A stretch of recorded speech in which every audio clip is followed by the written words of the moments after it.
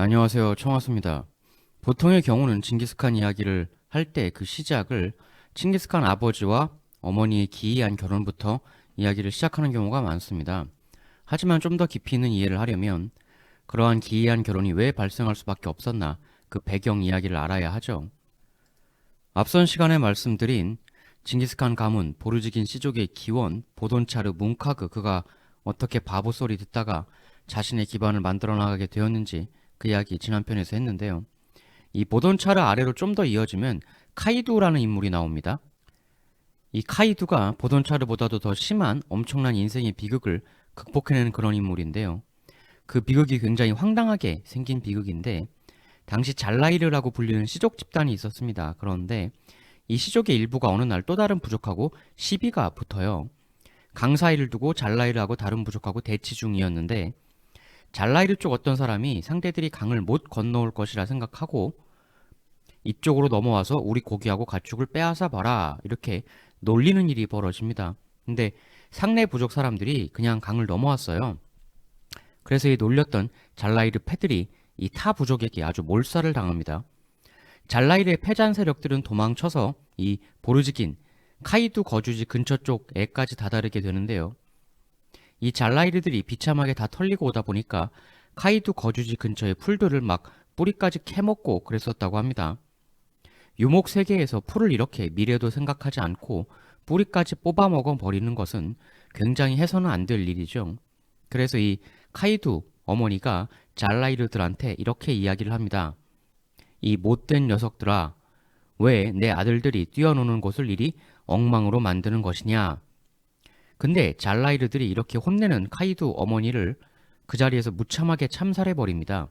그리고 나서 그대로 이 카이두의 형제가 총 9명이 있었는데요. 이 중에 8명을 역시 모조리 참살해 버려요.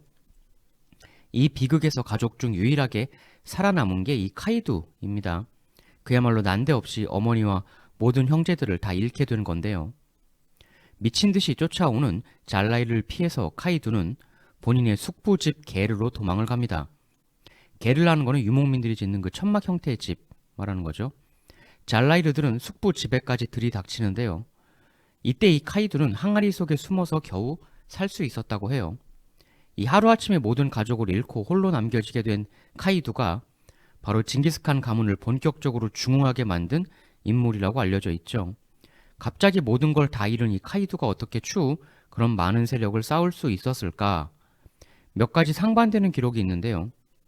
카이두 가족의 비극 이게 나중에 잘라이르 시족장의 귀에 들어가서 잘라이르 시족장이 그의 사과하는 의미로 해서 당시 카이두의 어머니와 형제를 해친 잘라이르 남자들을 모조리 처형하고 그들의 재산과 가족을 전부 카이두의 종으로 보내버렸다. 이런 기록이 하나 있어요.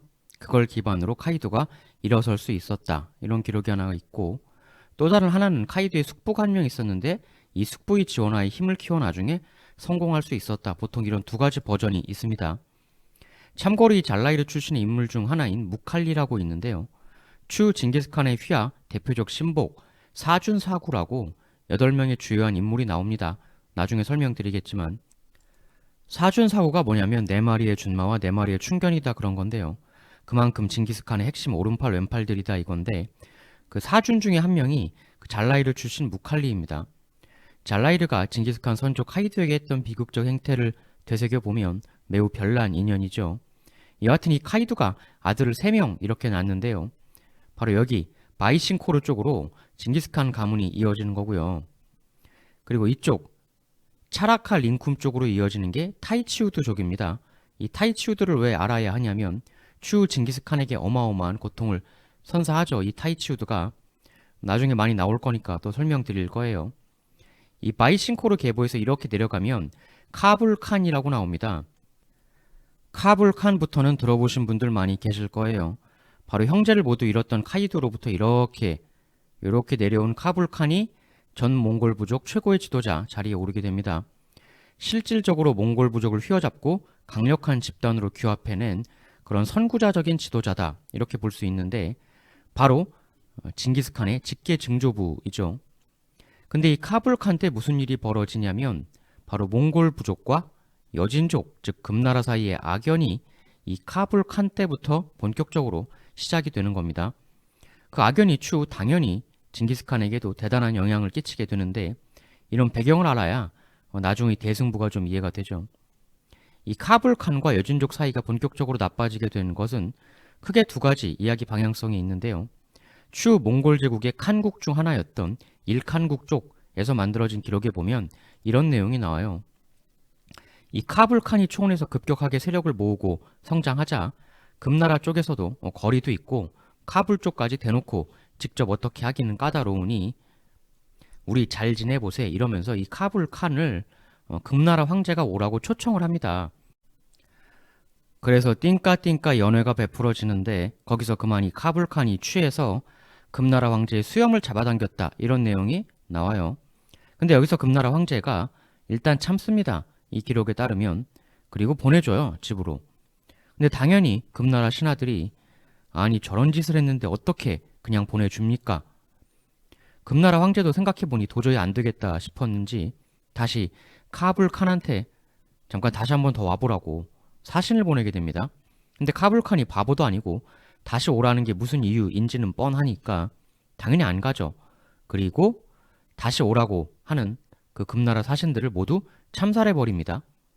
근데 이렇게만 보면 아니 밑도 끝도 없이 수염을 왜 잡아당겨 싶은데 실상 해당 기록을 좀 더 보면 금 측에서 카불의 음식에 독을 타는 것이 아니냐고 카불 측에서도 걱정을 굉장히 많이 했다고 나와요. 처음부터 나를 없애려고 부르는 게 아니냐 이런 의심이 있었던 거죠. 이렇게 사이가 나빠졌다는 기록이 하나 있고 또 다른 관점은 우리 고려하고도 대승부를 벌였던 거란과 관련된 이야기가 있죠. 이 거란이 잘 나갈 때 요나라다 이래서 대제국도 세웠지만 추후 여진족한테 대패당하고 나라가 망하죠. 근데 그때 요나라 거란의 황족 중 한 명인 야율대석, 제 채널의 오래된 팬분들은 아실 거예요. 예전 전설의 동방 신비의 왕 프레스터존 이야기, 그때 이 거란 최후의 영웅 야율대석의 삶, 여진 금나라가 거란을 패망시키고 야율대석은 그 추격을 피해 초원길을 따라서 서쪽으로 도주를 시작합니다. 당연히 여진이 추격하죠. 그래서 여진 군대가 병력을 휘몰고 북방 초원까지 이르게 되는데 이렇게 여진 군대가 초원을 왔다리 갔다리 하게 되니까 여기서 여진하고 충돌을 하게 되는 게 바로 초원의 강대한 세력 몽골 부족의 카불 칸이었습니다. 사실 여진은 정통 초원을 휘젓고 다니는 오리지널 유목 세력은 아니죠. 농업, 수렵, 심지어는 배 타고 바다로 나가서 고려 해안가에 나타나 털어먹기도 하는 등 그런 멀티 민족이 여진이었던 건데 그런 애들이 갑자기 병력 휘몰고 초원을 왔다 갔다 하니까 여긴 우리 영역인데 뭐 하는 거냐 이래서 카불 칸이 여진에게 경고를 보냅니다. 자꾸 여기서 알짱거리면 공격하겠다. 그러저러해서 여진은 야율대석을 놓치죠. 근데 당시 여진이 힘이 약했던 것은 아니지만 원래 여진이 만주 쪽 세력 아니에요. 근데 북방 초원지대까지 가서 또 큰일을 벌이기는 좀 그렇고 또 여진이 가장 원했던 건 사실은 송나라가 있는 남쪽 땅이었기 때문에 투덜투덜 됐지만 그냥 물러납니다. 제 예전 영상 보신 분은 아시겠지만 야율대석은 이 대탈주 이후에 원래는 극동아시아에 있던 사람이었는데 서아시아까지 가서 당시 서아시아 최대 세력인 셀주크 투르크 술탄하고 붙어서 대승을 거두고 서쪽의 요나라 서요를 만드는 기형을 토하죠. 동방에서 갑자기 나타난 어떤 왕이 사라센 술탄을 쳐부수었다. 이것이 후일 입에서 입을 타고 동방에서 나타난 신비의 왕 프레스터존의 전설 그 시작이 된 거고요. 뭐 이러한 이벤트들도 있고 근데 이제 보다 근원적으로는 원래 여진 이전에 있던 강자가 거란이었는데 이 거란은 유목민이고 여진은 반농 반목 설명드렸다시피 이 거란이 초원 최강 세력이었고 힘을 뻗어 만주 지역의 여진까지 눌러버렸던 건데 나중에 힘이 커진 여전에 의해 역전 몰락을 한 거 아닙니까? 그러다 보니 자연히 초원에 힘의 공백이 생기고 그 힘의 공백을 이용해 불쑥 힘을 키운 것이 바로 징기스칸 증조부 카불칸이라는 거예요. 여진은 한때 유목 거란 세력에게 짓눌렸었던 기억이 있기 때문에 당연히 초원 유목 세력이 엄청나게 커지는 것에 대한 경계심이 있습니다. 그게 사실 여진과 몽골 카불칸이 근원적으로 서로를 경계할 수밖에 없는 구조적 이유죠. 근데 사실 이 둘의 관계에 있어서는 또 하나의 변수가 있었습니다. 바로 초원에 있는 다른 부족들이었죠.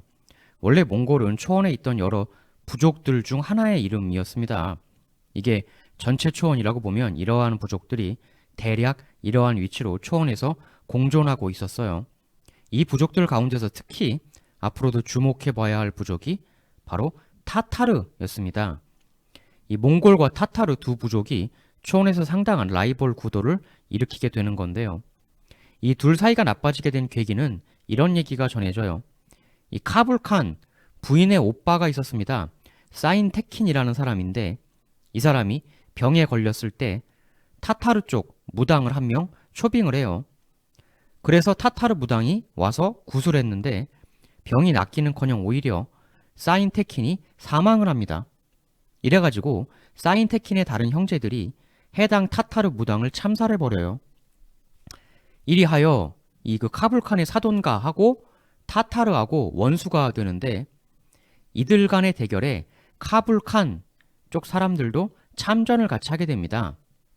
이래서 카불과 타타르가 원수지간이 되고 이게 몽골 부족과 타타르의 전체적 원수지간으로 비화가 되게 되었다라는 기록이 남아 있습니다.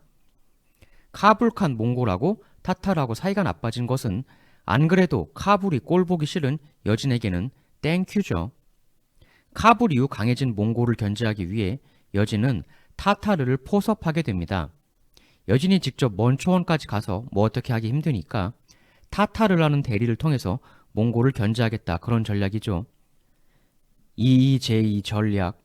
이게 카불 때 크게 성장한 몽골 부족의 잠재적 위험 요소였는데 헌데 정작 카불칸은 이러한 상황 속에서 얼마 뒤 세상을 떠나게 됩니다. 카불 이후 다음 칸이 바이신코르 카불칸으로 이어지는 이 직계 계보에서 나오는 게 아니라 이쪽 타이치우드 계보에서 나와요. 이쪽 라인에서 다음 칸이 나온다는 거죠. 이 타이치우드에 암바가이 칸이란 사람이 차기 칸이 됩니다. 근데 카불칸이 무슨 아들이 없었냐? 전혀 그렇지 않거든요. 이 카불칸 차남의 아들이 징기스칸 아버지입니다. 즉 징기스칸은 타이치우드 암바가이 칸 계열이 아니라 카불칸 직계 계열인 거죠. 카불칸 사망 당시의 유언으로 자신의 아들이 아닌 암바가이 칸에게 권좌를 넘겨주었다라고 기록이 있긴 한데 추후 징기스칸의 삶에서 이 타이치우드 계보가 엄청난 고통을 준 걸 생각해보면 얌바가이, 타이치우드 계열과 카불칸 직계 계열 사이에 일종의 경쟁의식? 카불칸이 워낙 대단한 사람이었기 때문에 이쪽 타이치우드 쪽은 칭기스칸 계파, 이 직계 계파를 경계할 수밖에 없었던 거죠. 본인들은 가질 수 없는 위대한 카불칸의 엄청난 후광. 그러나 그걸 징기스칸 계보는 가질 수 있다. 그러니까 이런 계보를 모르면 나중에 타이치우드가 왜 그렇게 징기스칸, 태무진을 괴롭게 했는가 그게 잘 이해가 안 되는 거죠. 배경을 모르고는 제대로 된 이해를 할 수가 없다. 근데 이 암바가이 칸 때 몽골 부족과 여진족 사이에 아주 큰 일이 터집니다. 이 타타르에 대해서 몽골 부족 안에서도 이 카불과 암바가이 사이에는 일종의 외교적 입장 차이가 있었던 것으로 보입니다. 카불칸 같은 경우는 이 타타르 무당하고 사돈하고 얽힌 문제 때문에 1차적으로 사이가 안 좋을 수밖에 없는 이유가 기록되어 있는 건데 근데 암바가이 같은 경우는 그게 자신과 직접적으로 결부된 일은 아니다 라는 느낌을 가질 수도 있으니까 상대적으로 타타르에 대한 감정이 카불칸보다는 그렇게 적대적이진 않았던 것 같습니다. 그래서 암바가이는 타타르에게 우호적 제스처를 보내게 돼요. 타타르와 결혼을 추진합니다. 타타르도 오케이 수용해요. 카불도 세상을 떴으니 이젠 잘 지내봅시다. 이때 암바가이 칸의 아들하고 뭐 이쪽 딸이냐 아니면 이쪽 딸이고 여기 아들이냐 이건 기록에 따라 좀 다른데 여하튼 딸인지 아들인지를 데리고 이 암바가이 칸이 직접 결혼시켜주러 갑니다. 근데 갈 때 암바가이 칸의 붉은 말이 난데없이 쓰러져요. 그리고 가는 와중에도 양고기를 삶아 먹으려고 하는데 갑자기 솥이 깨집니다. 그래서 주변에선 가지 말자 라고 말하는 사람도 나타나요. 근데 암바가이 칸은 넌 어찌하여 그렇게 부정적인 이야기만 하는 것이냐? 라고 하곤 그냥 갑니다. 하여 타타르 쪽 영역에 도착해서 거기서 띵까띵까 연회를 베풀어줘서 먹고 마시고 합니다. 그런데 여기서 바로 타타르가 배신해서 안바가이를 포박하죠. 그리고 타타르는 안바가이를 여진 금에게로 넘깁니다. 잡혀간 안바가이 칸은 금나라 황제에게 이렇게 말합니다. 너는 나를 너 자신의 지혜와 용맹으로 이렇게 붙잡은 것이 아니다. 어디까지나 다른 이들이 나를 속여 붙잡아 너에게 데리고 온 것이다. 네가 이렇게 비겁하고 야비한 방식으로 나를 없앤다면 나의 후손 및 나와 관련이 있는 모든 초원의 이들이 너에게 피의 복수를 하려 일어날 것이다. 그것은 결코 너에게 좋은 일이 아니다. 이 말에 금나라 황제는 코웃음을 치고 귓등으로 듣지도 않습니다. 여진은 안바가이를 나무 목마에 못 박아 처형해 버리게 되는데요. 그가 남긴 마지막 이야기는 기록에 전해지고 있습니다. 안바가이 칸, 나의 후손들이여, 똑똑하게 기억해다오.